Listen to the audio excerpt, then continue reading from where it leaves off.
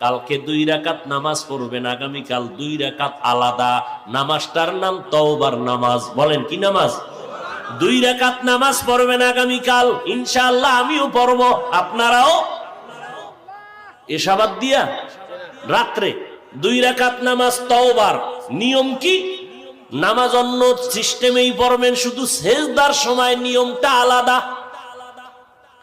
তওবার নিয়তে নামাজ পড়বেন, অন্তরকে আল্লাহর কাছে ছেড়ে দিয়া বলবেন, আল্লাহ আমি আপনার আদালতের আসামি হইয়া দাঁড়াইছি, তওবা করার নিয়তে নামাজে দাঁড়াইলাম।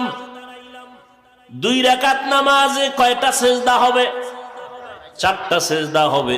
সেজদায় যখন যাবেন দিলটা নরম করে যাবেন, যাইয়া 3 বার বা 5 বার 7 বার সুবহান রাব্বিয়াল আ'লা বলার পরে এরপরে 3 বার খুব নরম হইয়া 3 বার আমার আল্লাহকে হাজির নাজির মনে করে আপনি সেজদায় গিয়া মনে করবেন, আমার কপাল মাতুয়াইল মসজিদের ফ্লোরের মধ্যে নাই, নবীর হাদিস মোতাবেক আমার মাওলার কুদরতে কদমের উপরে কপাল লাগায় দিছে। এইবার আল্লাহকে হাজির নাজির জানিয়া একা একা নির্জনে বলবেন 3 বার। কয়বার?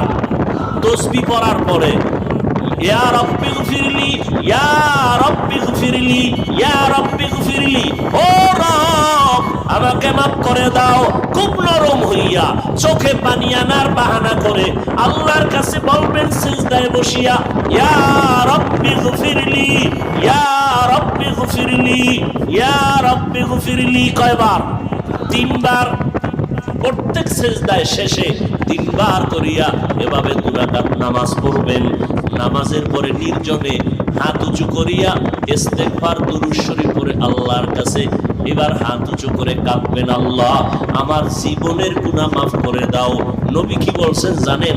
এইভাবে নামাজ পড়লে ওই বান্দার সেজদা থেকে মাথা উঠবে না আল্লাহ ক্ষমার ঘোষণা না দেওয়া পর্যন্ত।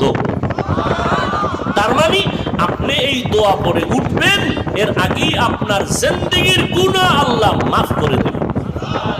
পারবেন? আল্লাহ আমাকেও তৌফিক